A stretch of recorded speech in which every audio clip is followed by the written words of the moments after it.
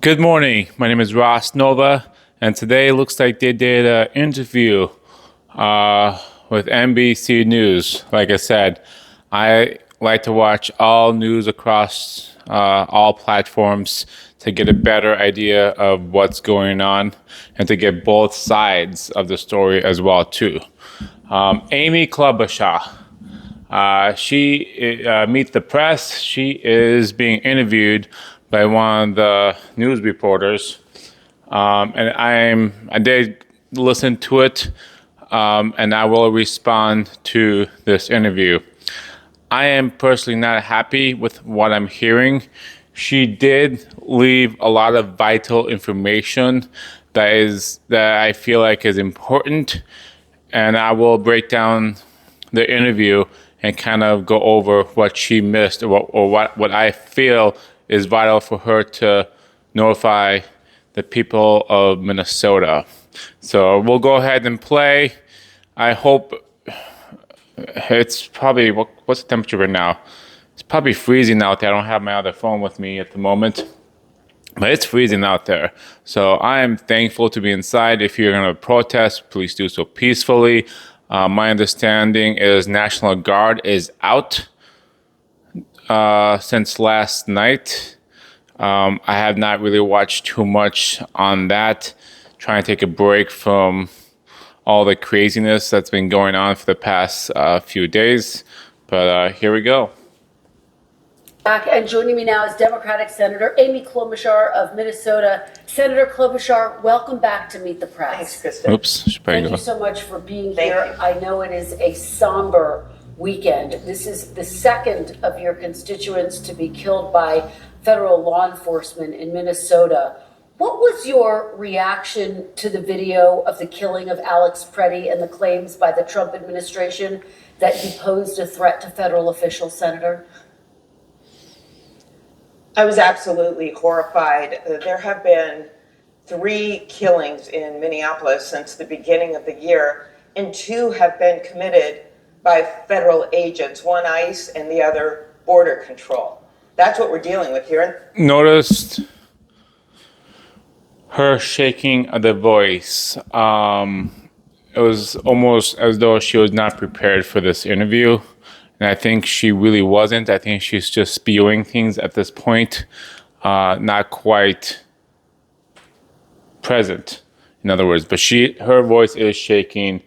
Her voice is shaking throughout the whole interview. They're also, of course, in the suburbs and the rural areas. There's 3,000 of them, outnumbering our local police in Minneapolis, St. Paul. There are only 1,100 sworn officers. So when I saw that video and learned about Alex from his parents, who basically have asked us to tell the truth because the Trump administration chose to call him a domestic terrorist. And I'm just going to read their words, their parents' words. His parents' Look at her words. shaking. They said, Alex was a kind-hearted soul who cared deeply for his family and friends, and also the American veterans whom he cared for as an ICU nurse at the Minneapolis VA hospital. And then they asked us to tell the truth about him. So this guy was loved at that hospital. The thing is, from my understanding, is both the Republicans and Democrats put out statements way too quickly. They jumped to conclusions. Not all the facts were available at that time. So I was very unhappy on how fast people responded to the shooting instead of waiting patiently like any good person would normally do and wait for the facts to actually come out. And that's what I did yesterday. Every few hours as facts come out, I would report new facts and not jump to conclusions until the full picture is present. And by this morning, we pretty much have a good, solid picture of what happened. Now, it's open for interpretation, based on who you are as a person and your experience, on this kind of situations, of the shootings. So that's why I think it's best to leave it to investigations and let them come up with the conclusions, at the end. Let the judges decide if this was a good shoot or a bad shoot. I personally think it was messy. But I was not on the scene. A lot of things happened really, really quickly. Things could have been prevented. I think both Renee and Alex should be alive today if they took proper steps. If they kept proper distance. But that's just my opinion. Hospital. He had one of the most, I'd say, self-sacrificing jobs you can have. He chose to serve veterans, often in the last days of their lives. So when you see the video, and many Americans have seen it, you can see it from all different angles. What you see is someone brandishing a cell phone, who is simply there with a cell phone, helping someone up, a woman up, as his parents point out, when We also see how Border Patrol agents continuously told him to stay back number of times, right? And he kept approaching the situation, right? Should he have should he have carried his service weapon during the protest that morning at 9 o'clock? There's a time and place to carry a service weapon. And I think this was a bad judgment on Alex because it's very high intensity with the federal agents, going after criminals that could be armed or dangerous. Situations are very fluid, right? They change very quickly, very rapidly. And so you coming in as a citizen with a firearm, then now they have to adjust their focus on you, right? Because you have a firearm. Now, if he didn't have a firearm, and when he was brought down to the ground and he didn't have a firearm, I think they would have made a good arrest and hauled him away. And he still would be alive. Service weapon, it's a whole different story, right? So could this have been prevented? Yes. Should he have stayed 30 feet back or listen to the federal agents when they say stay back, and he didn't? So again, she's not quite saying everything. She's just saying the good fluffy stuff, at the moment. She had slipped. And so when I hear the officials from the Trump administration describe this video. And my understanding is Alice was helping this female. She, and I think there was another female there at the moment, they're both agitators. They're both there to protest. And so he kind of got in between the agents and the protesters of those two females, which caused them to put himself in that situation that he should have never been in the first place. In ways that simply aren't true. I just keep thinking, your eyes don't lie. We're not sitting at the American people aren't. She is right. Eyes do not lie, but different eyes see different stories based on your experiences, right? I'm ex-military. I'm trained in high intensity situations, right? She is just some office person working in the Senate, right? In a very safe environment, right? She's probably never experienced anything so intense, so she doesn't know what to look for. Like, everybody can see a situation or at a video differently, right? I may look at a video saying, okay, here's what happened. Here's the sheriff pulling a service weapon. One of the other sheriffs is literally grabbing the firearm, removing it, but no one realized that the service weapon was removed, because at the end of the video, they're all looking for the service weapon and asking where's the firearm, right? Not realizing that one of their federal agents, Border Patrol agents, already removed it. Very fast moving situation, very fluid.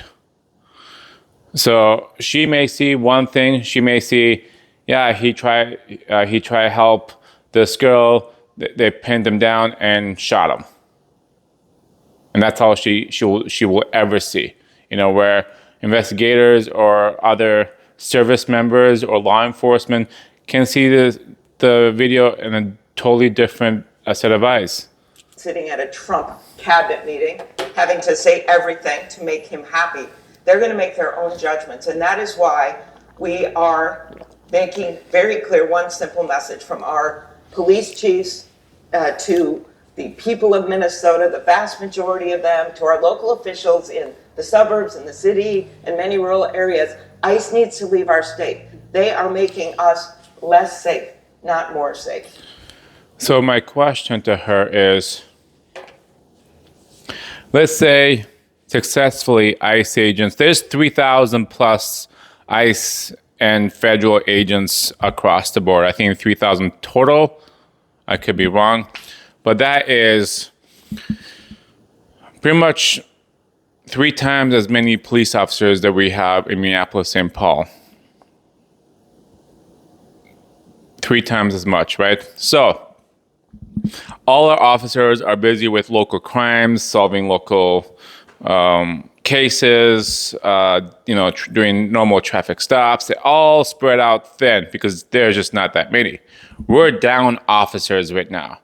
A lot of officers, police officers, sheriffs are working overtime oftentimes to cover shifts where there should be other local officers working, but they're short officers, right? If we remove ICE agents out, right, who is going to be apprehending all these illegals with violent criminal background? Who? If we take the police off the streets and going after the illegals, right, then the local citizens will most likely not be safe. In fact, there may be increase of crime because the police officers are too busy going after illegals. Or do you not want them to go after illegals and then we just leave them be with serious criminal history that can cause harm to Minnesotans? If we remove ICE or Border Patrol, who will go after the criminals, the illegal criminals? That's my main question. She's not thinking right now what happens after we remove them. Who steps in to take care of business, to remove the illegals with a heavy rap sheet of serious crimes? And look at her face. This is like fake.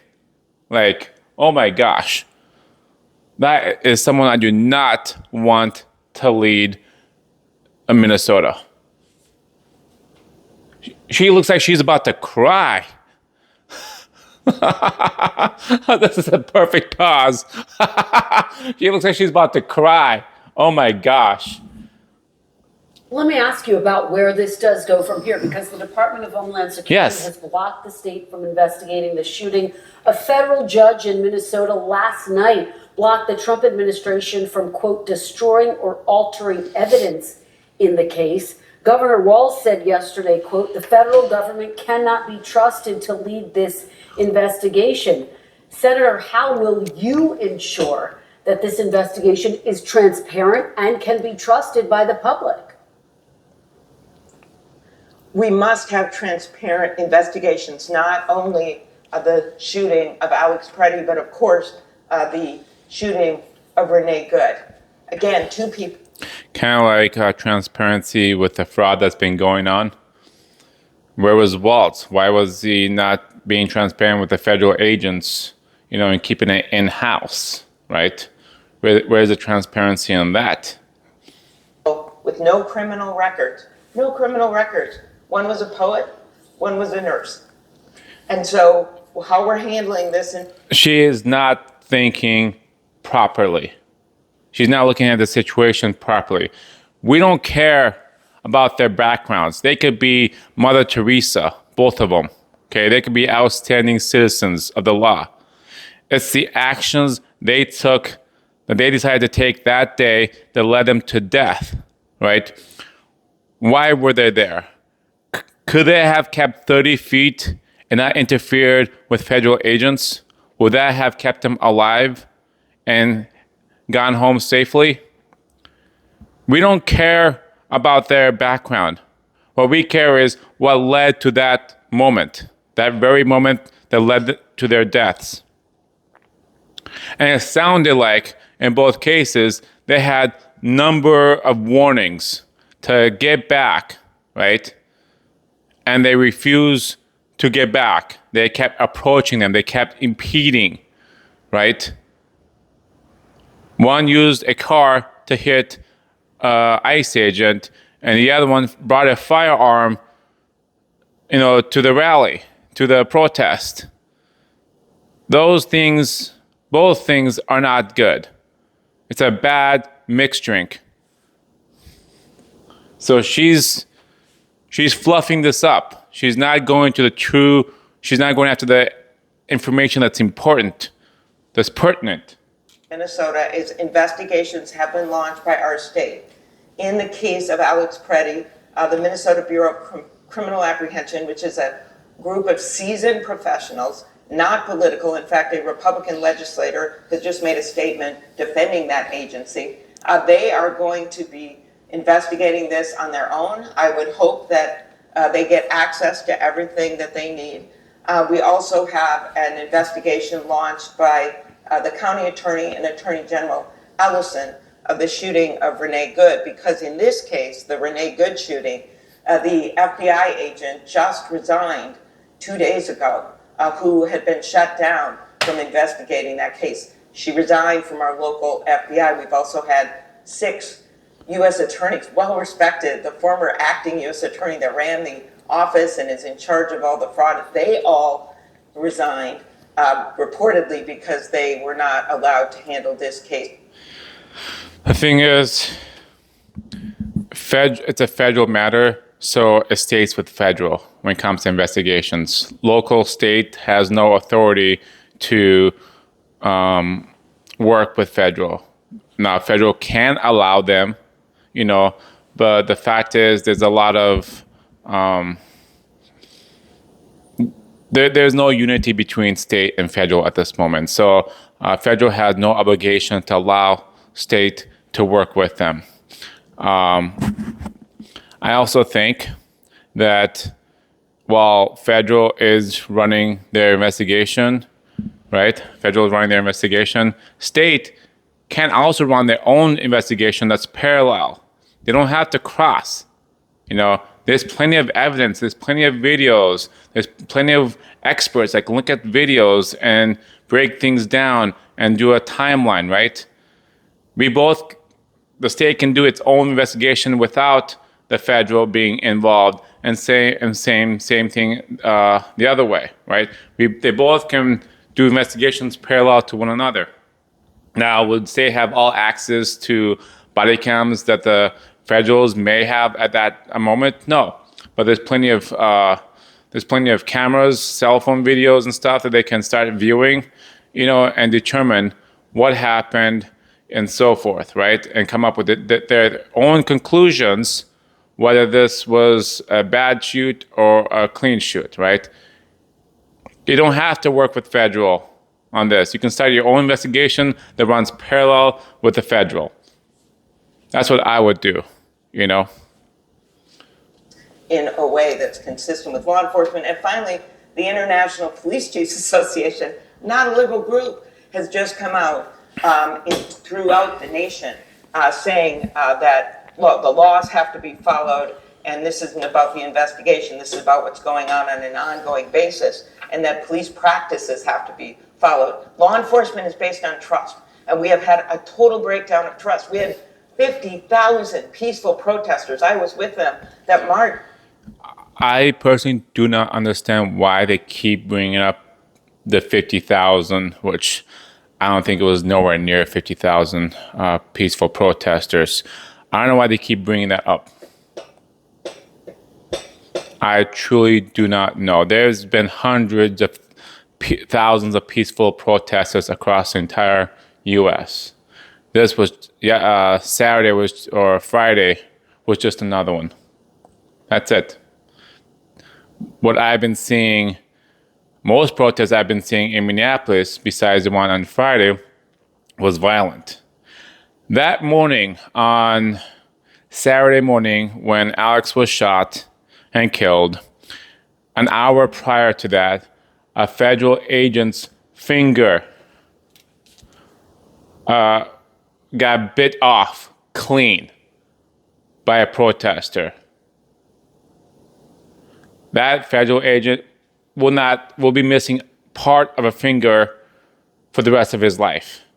And he will know exactly how that happened for the rest of his life. He got injured. He was bleeding. Why do we not talk about that? Literally, that morning, there was a story that no one seemed to want to talk about, how a protester literally bit off a federal agent's finger. It was probably like a quarter size of his finger. My gosh. And so when Alex shows up with a firearm an hour later or so after an agent's finger was bitten, I bet you they're a lot more cautious, a lot more on edge. Why is she not talking about that? Without a problem. And then you have a guy She's about with to a cry. cell phone who's killed by 6 federal. What about the firearm that he had on him? Why in his mind, did he decide to bring the firearm with 2 magazines, fully loaded? Agents the next morning. Senator, let me ask you, because you are calling for ICE to leave Minnesota. As you know, some Democrats are going so far as to call for abolishing ICE. Would you go that far? Do you think that ICE should be abolished altogether? How do you see it? Watch this. She will not answer the question when it comes to abolishing ICE. She almost wants to shrink it down to almost nothing, just to maybe 300 agents or maybe to 100 agents, and that just to say that she's still, so she can kind of play both sides, right? If she has 100 ICE agents, she's like, well, I'm still going after illegal criminals because I believe in, I don't want illegal criminals who are committing serious crime. So she'll throw a few agents, out in the streets. But at the same time, she says, yeah, I removed ICE agents off the streets. I think she's playing kind of both sides. We're always going to have some immigration enforcement Yep. in this country and border control. I think most Americans believe that. But the way that this agency has been functioning is completely against every tenet of law enforcement. So before us right now, we have a bill about funding them. I think my understanding is, correct me if I'm wrong, we had a handful of federal agents, but because of the protest, those federal agents could not get to their targets, could not get to the illegal criminals because they're being stopped. So they had to bring extra 3,000 agents to be kind of sort of the barrier, right? While they protect and push protesters out, other federal agents can come in and make those arrests, right? Or they'll send, this could be a tactic, I'm not sure if they're using it. They could send a bunch of federal agents, pretend they're going after a certain illegal criminal, but not have anybody in mind while they send the actual agents around. Because all the protesters their eyes would be on these agents, right? It's a distraction. While the real agents go around the protesters and actually go get the illegal criminal that should not be here. So, I'm sure there's a lot of tactics going on trying to get around the protest, but they have to have more bodies on the ground to keep protesters at bay. Giving them more money. I'm not voting for that. And I didn't vote for tripling their budget over this summer. Their budget went to $75 billion more. They're now bigger than the FBI. And when they're killing 2 constituents in my state and they're taking 2-year-olds out of the arms of their mom.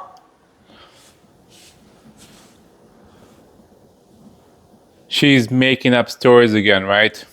I'm not sure about the one she just said about. But remember, the child was abandoned by the father, right? The child with the blue hat, that became famous pretty much overnight. That photo, and they took that child to the family's home, and they refused to take him to where they found the father. They brought them together and kept them together, and brought them over to Texas, right? So I don't know what she's talking about. She is very emotional driven woman. We do not want emotional driven women to be running for governor. Waltz is also a very emotional guy. Like, seriously. He may have had one too many tampons in him. He's very emotional driven guy. And they are taking an elder Hmong man out of his house and putting him out there in his underwear. I'm still gonna get in trouble for this. The wrong man. No, I am not voting for this funding. And what could we do to overhaul them? Oh, let me start. New leadership. Ooh. Stopping these surges across the country, not just in my state. New leadership, who? She's just spewing things, and she's trying to act tough, but I don't think she's really knowing or has any plans exactly what she wants to do. Training them like they were supposed to be trained, not just 40.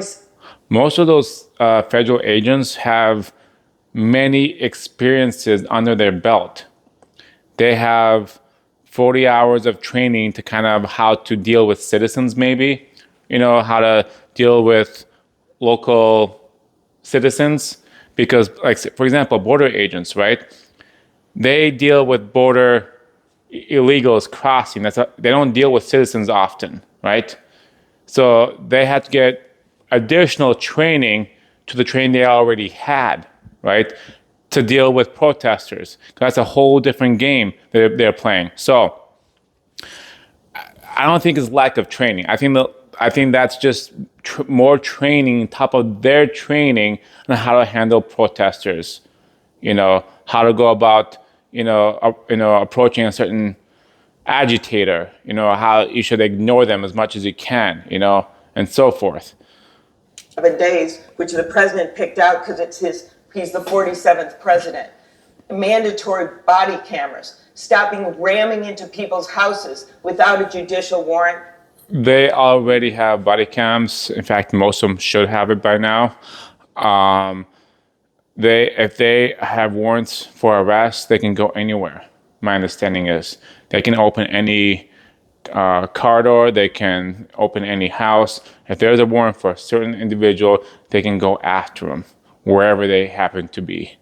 And I could go on. Let me ask you though, because DHS very already emotional has driven funding person. For the next long stretch. How will cutting off their funding, voting to frankly partially shut down the government, improve this situation, Senator, particularly coming on the heels of the longest government shutdown in the U.S.? Let me go back and hear the question. And I could go on. Let me ask you though, because DHS already has funding for Yes. the next long stretch. Yeah. How will cutting off their You funding, can't. voting to frankly partially shut down the government, improve this situation, Senator, particularly coming on the heels of the longest government shutdown in U.S. history? Our Republican colleagues have to stand up. They are violating, right now, ICE, border control, what you've seen, violating the First Amendment. If they care about the Constitution, they should care about this. Violating the Second Amendment, the NRA. They literally have not violated any First Amendments. People have right to protest, and they have been out there protesting nonstop for the past week or so. All they ask is you give them space and not interfere with their investigation, with their arrests. That's the only thing they have been very clear about. Protest peacefully as much as you want. Do not interfere with their mission. Period. Violating the Second Amendment, they're not telling you to not, have firearms on you. But it can get very dangerous if you do have firearms and approaching federal agents. I went to the protest. I did not bring my firearm. That is called stupid.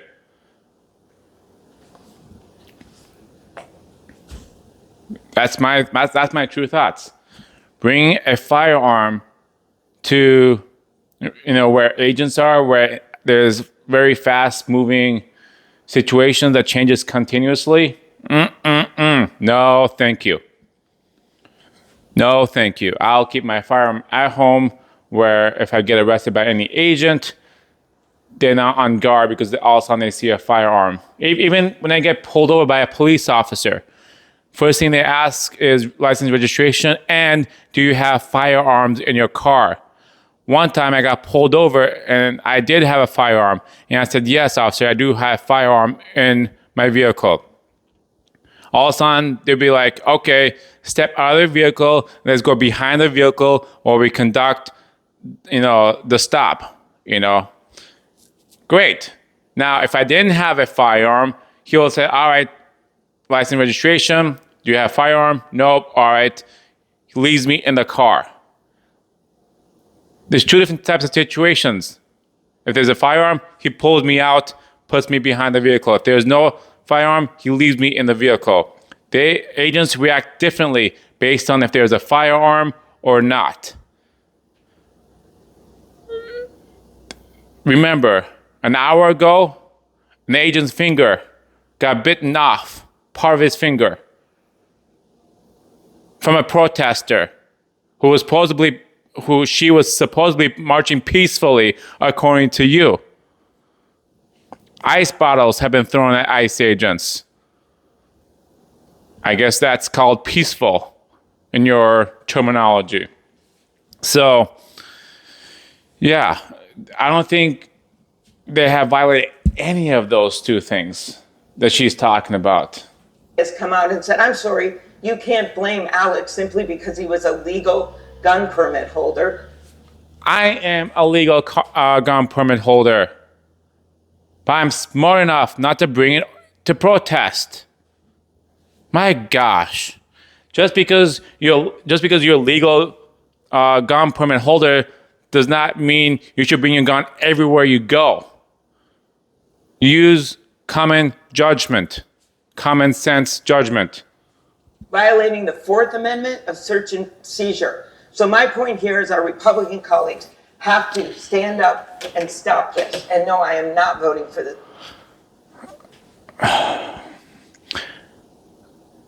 If I don't make it past the preliminaries, please vote for anybody but her. Anybody but her. Crying Klobuchar. That should be her nickname.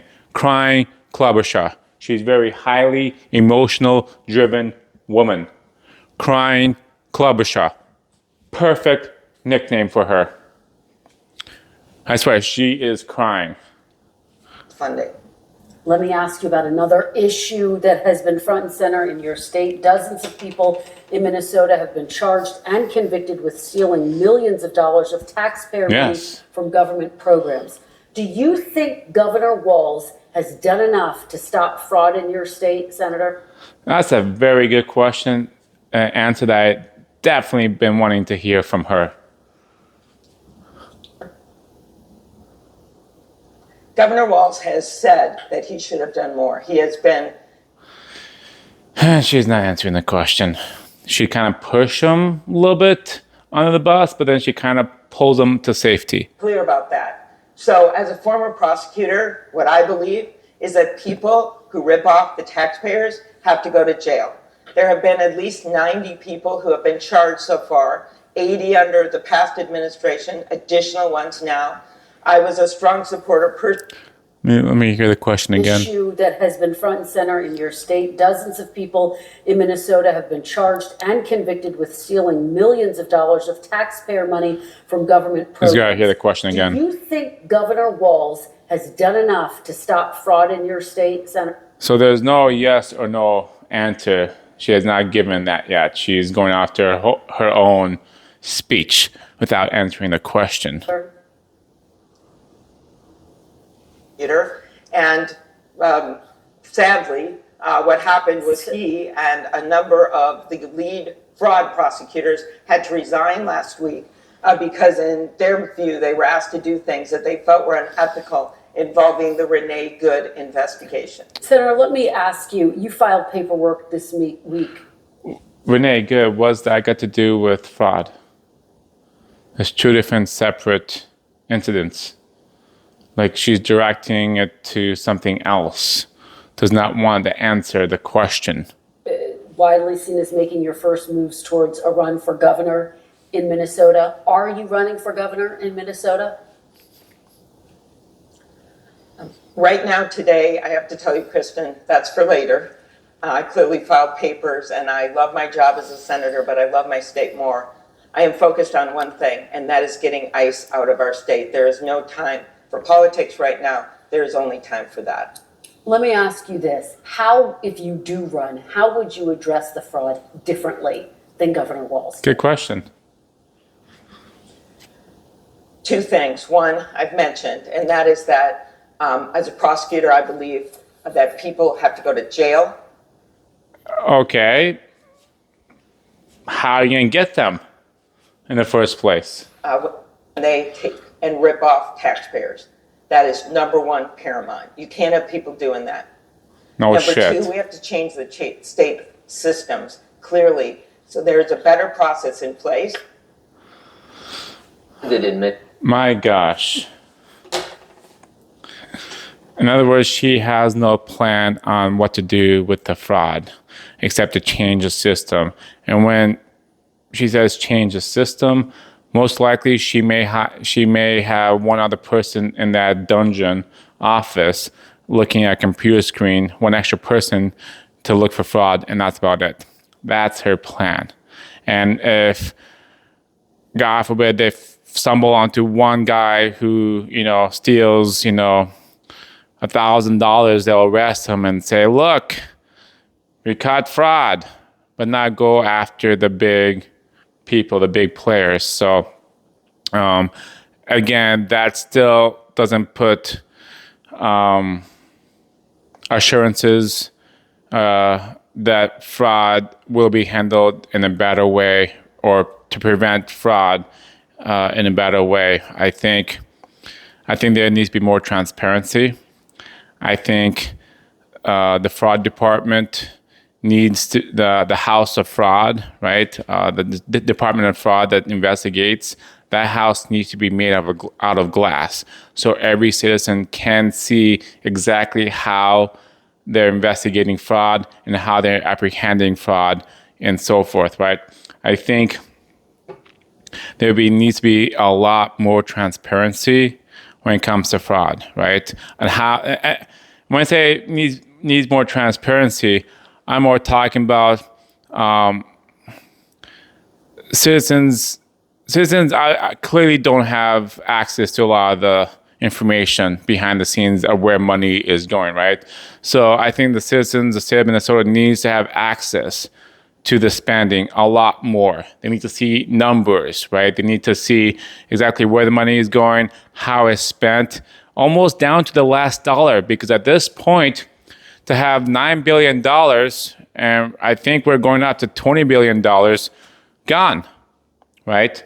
Fraud has gone rampant through our whole state of Minnesota, and we're just a tip of it.